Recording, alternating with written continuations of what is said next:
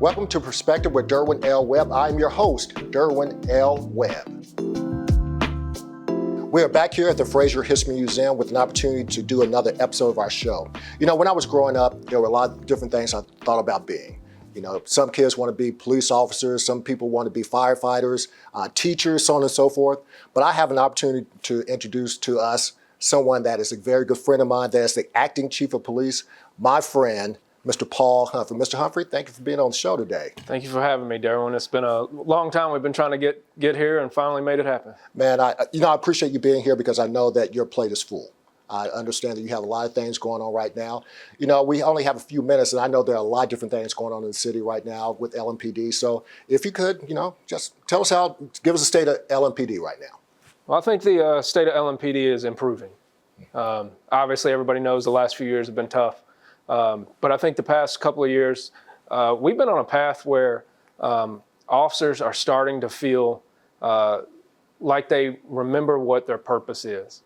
And ultimately, when it comes down to it, no matter what's going on in the world, our job is to keep people safe and protect constitutional rights. And officers want to be able to go out there and do that, understand what's expected of them. And I think they're back to the point where they enjoy doing their job. And regardless of what your profession is, you're always going to do it better if you enjoy doing your job. Right. And so really proud of how officers have been out working. I don't like where our violent crime level is particularly. We're still at unprecedented levels post-2020, but it's not for a lack of effort by our officers. We're going to have to make some evaluations, some strategic changes to how we're approaching dealing with crime. Obviously, we're dealing with a manpower shortage still, but you can make all those changes when you have good people with good work ethics. And so we're going to get there, and we're going to do it in partnership with the community. Let me ask you, how did we get here? I know that you talk about unprecedented levels. What do you think caused us to get to this point? Well, I think, in everything that happened post-COVID, post-civil unrest and everything, particularly in this city, but it happened in major cities all over the country. I think the culture of crime in Louisville changed. The willingness to just be overtly violent in ways that we had never seen changed in the city. This community, even when we had rough years, I think for the most part everybody felt safe. The culture surrounding crime, the accepting of violent crime, has fundamentally changed for many reasons that we could go into for hours: socioeconomic reasons, cultural reasons, criminal justice reasons. But these are all factors that add up on top of each other, and just happened that they all came to bear all at the same time. And so we saw this shift in the way crime is in the United States, and particularly here. Now we have to make a shift in how we address it. I'm going to get back to how to address it, but I want to go way back.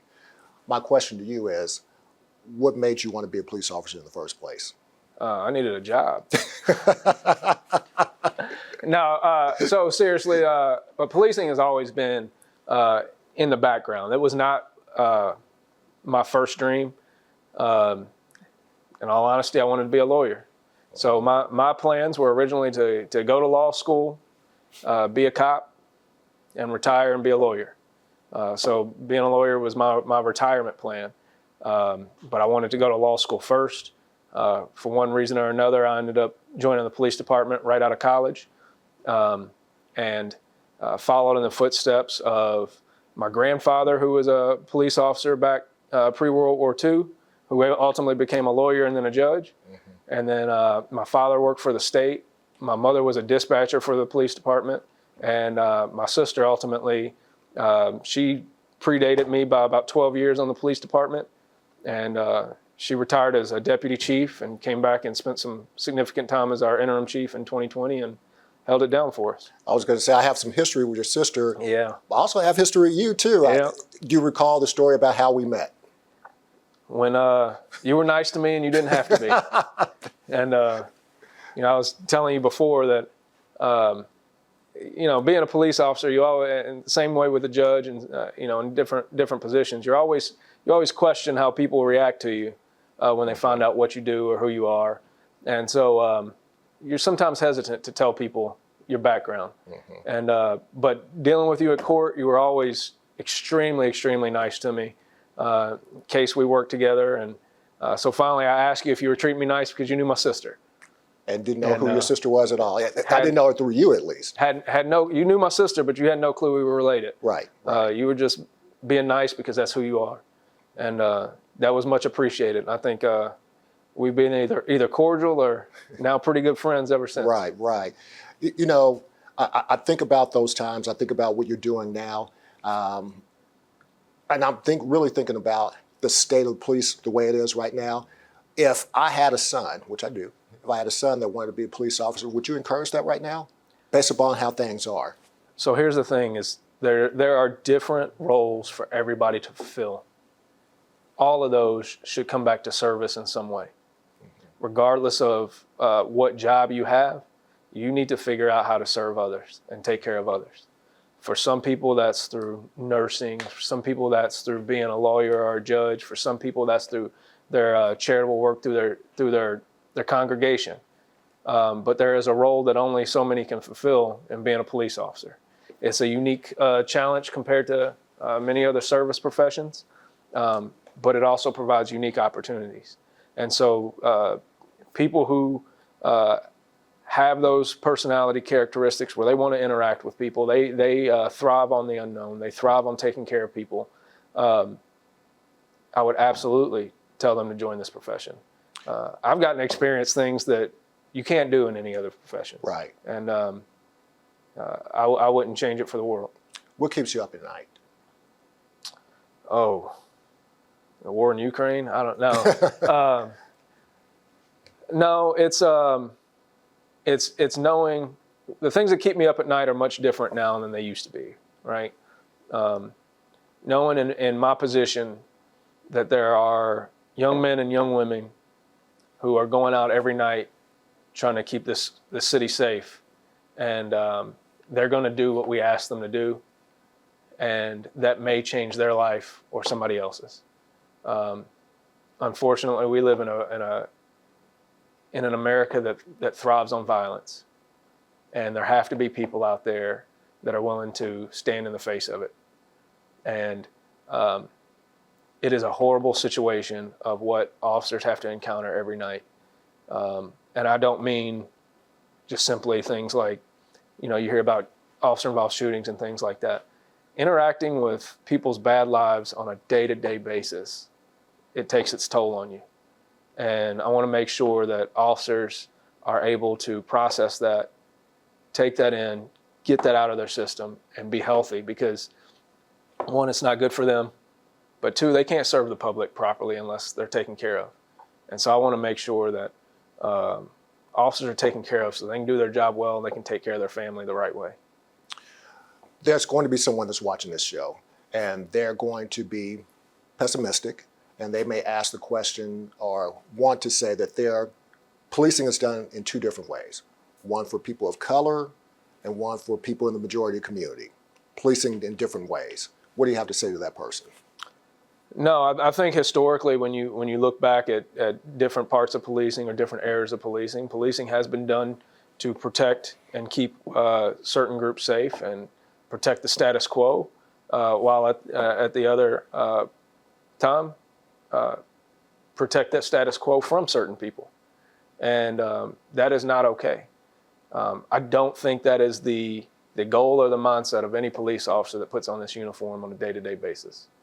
I think what we have to understand is that this is a complicated job. It sounds simple, enforce the law, treat people right, but when it comes down to how you deal with that on a day-to-day basis, there has to be different strategies for dealing with different issues.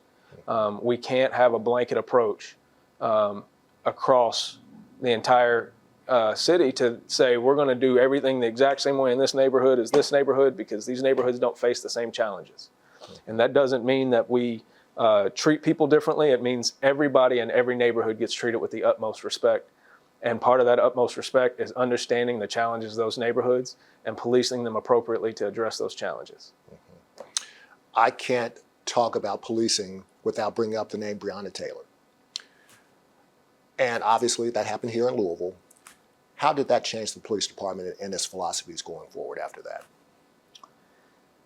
Well, so the thing about Breonna Taylor and that tragedy is that that never should have happened, right? That never should have happened. And there were a lot of people and a lot of things that could have changed that situation and prevented that from happening.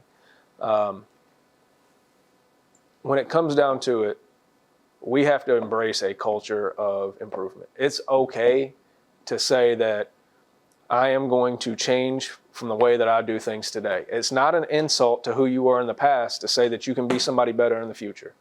And ultimately, we are pretty good. We are really good as a profession of telling other people what to do. We don't do a very good job of telling each other what to do and when we're wrong.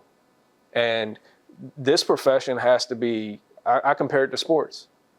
There is no player that is going to go into the film room and expect their coach not to criticize them so that they can get better. When their coach is looking at their film and saying, you can do this different, you can do this different, they're not saying, well, I had 24 points. They're saying, all right, that's how I can get 26 points. That's how we can go from winning 70 games to 72 games, right? And policing has to be the same way.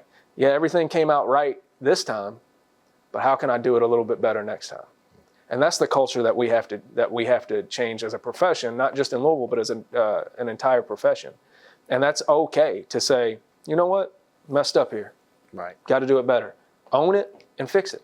Okay. With that being said, what can the profession do to continuously build trust with the community?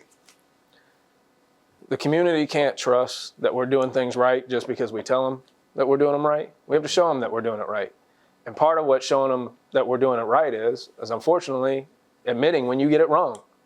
And so if the only thing you ever hear me come out and say is that we did a great job, you have no point of reference that that's actually a great job unless I'm willing to be honest with you and say, we can do this better. And that's part of it. We have to figure out a way. Unfortunately, we live in a segregated society. Let's be all the way honest. The problems that you see in relation to police trust, particularly around race, are not unique to policing. They are a product of our society. It's just that they are very visible when it comes to this profession and the job that we do because of the nature of the job.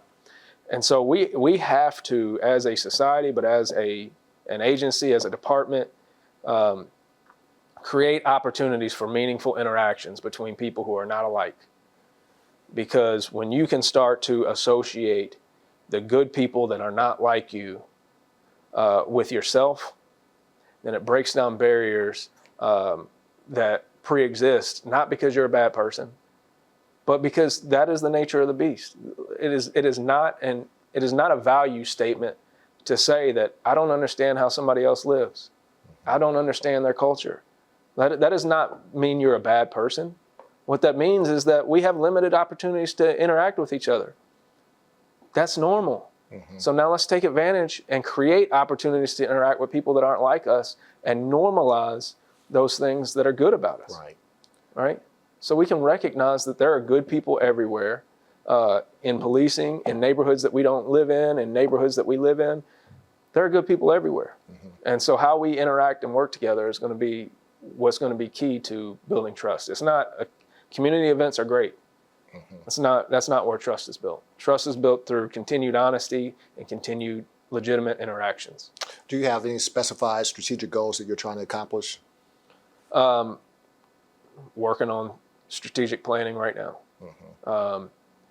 But like I said, when it comes down to it, everything that we do should support the basic premises of how are we keeping people safe and how are we protecting constitutional rights? And everything supports that.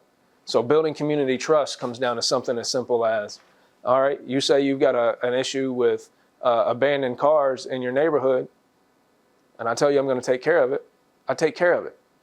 Now you trust that the police are actually here for your best interests, which means that when you have a real criminal problem you feel comfortable that you can call the police and take care of your problem, and that we are going to do our job well enough and with enough integrity that your problem will be addressed the right way. Hi, I'm Derwin Webb, the host of Perspective with Derwin Webb. Perspective is an energetic exchange of ideas, information, and insight of the state, nation, and world from my perspective and my guests. The weekly show offers a blend of news and newsmakers through the power of conversation. I engage my guests with substantive discussions on a variety of topics, including but not limited to law, politics, health, sports, entertainment, and pop culture. This show offers a fresh, diverse point of view from a diverse group of guests. Set your DVR and join us every Saturday. I have a question for you. What can the community do to help you as far as your job is concerned? Because we are all together. Of course, if something happens, we depend upon you to solve the problem, whatever the issue could be as far as policing is concerned. But what would the police want from the community to do to be better for you guys? So I love this question and hate it at the same time, right? Because people look at public safety as being something that is done for them. Mm-hmm. We need to look at this as a community safety issue, right? The community is involved as much as we are in what happens on a day-to-day basis. And ultimately what this is going to come down to is, one, having a partnership, regardless of where we stand on different issues. You don't have to like the police to understand the role that we play. And I don't have to like you to understand the role that you play in keeping your community safe. What we have to do is have a mutual respect that we are trying to accomplish the same goal. So part of what that means also is you know more about what's going on than we do, 100%. And there's no reason for you to tolerate it. You would not expect us to tolerate bad behavior within the police department. I expect you not to tolerate bad behavior within your household. You need to address the problems in your household so that the police don't have to address them in the street. When you see a problem, you need to address it. Sometimes that means calling out your family and your friends. Sometimes that means calling the police and cooperating with us. But you cannot let problems fester. You cannot just turn a blind eye to what's going on in your neighborhood. And there are some other ways that we can talk about, but what it comes down to is you're involved in community safety just as much as we are. I'm going to ask you a question that is, there's no right answer, because I know we have a lot of problems. We talked about problems. In your opinion, what do you believe is the number one problem facing Louisville?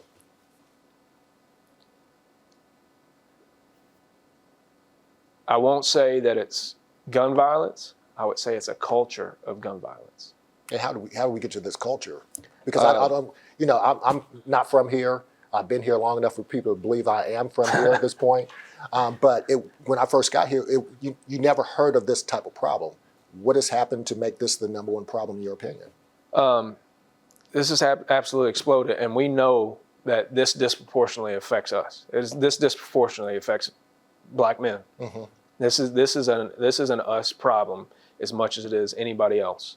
And I think if you look back forensically, or you look back historically, or you have an anthropologist look back, I think somebody in 100 years is going to look back and say, well, of course, there's all these things leading up to exactly where you ended up. I don't know which one of those things you could pull out of the equation that's the answer, because it's a little bit of everything. Is there too much easy access to readily accessible guns? 100%. Are people who shouldn't have guns not being held accountable the right way for many different reasons? 100%. Do we have a breakdown in families that aren't taking care of people? 100%. Is there issue with racial disparities in the healthcare system? 100%. Are there issues with racial disparities and economic disparities in the education system? 100%. All of these factors, and we can go on and name factor after factor, we have to address every single one of those. And we just happen to be at a time where all of those are coming to a tipping point, and that's where we ended up. We have to police proactively. I used to work at the Chamber of Commerce at one time, and we talked about our sister cities and comparing ourselves to other cities. If you guys have to compare yourselves to other police departments and cities that are similarly situated as us, similar size, how do we compare to other cities right now? Unfortunately, many of the problems that we face are not unique to Louisville. I'm glad to know that we're not some pariah out there, but at the same time, it's depressing to know that many of these problems are going on in many cities across the country, including comparable cities to Louisville. But there are some cities out there that are doing some things, and they are not facing problems on the scale that we are. And so we have to learn from what they're doing in cities like Dallas, where their homicide level has actually gone down. That's not the case in every city. And a lot of that comes back to proactive policing, addressing the problem directly, working with the court system, working with the community to make sure that there's a holistic way to solve these problems and addressing them before they get out of hand. What are you going to do to bring people like you on board to buy into the goals and aspirations that you have for the police department? You talked about police shortage. What are you guys doing to bring more police officers onto the force?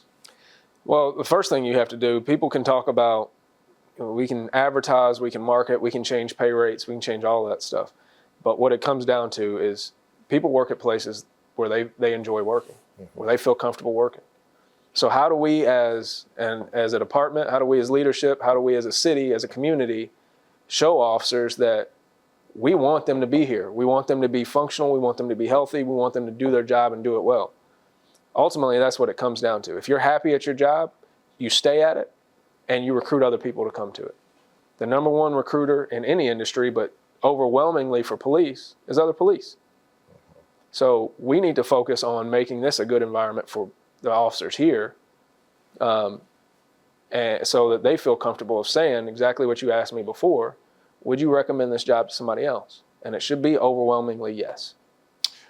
Are you hopeful about this community? I look at where we are today, and I'm a planner. I always want to see how things are 5 years from now. I have an election coming up in 2030, so you always look, how are things going to be in 2030 for me? Ooh, 2030 is a... Well, I know that you have some things that you're thinking about as well, but I have to ask a question. As far as the city is concerned, as far as policing is concerned, are you hopeful for things better? Are you pessimistic? I know the world is what it is today. And like you said, the problems that we're facing here today are not unique just to Louisville. Are you hopeful for how society is and how things are going to be going forward, let's say 5 years from now? First of all, I'll say I'm hopeful, but hope's not a plan, right? So the only way that things improve is to make them improve.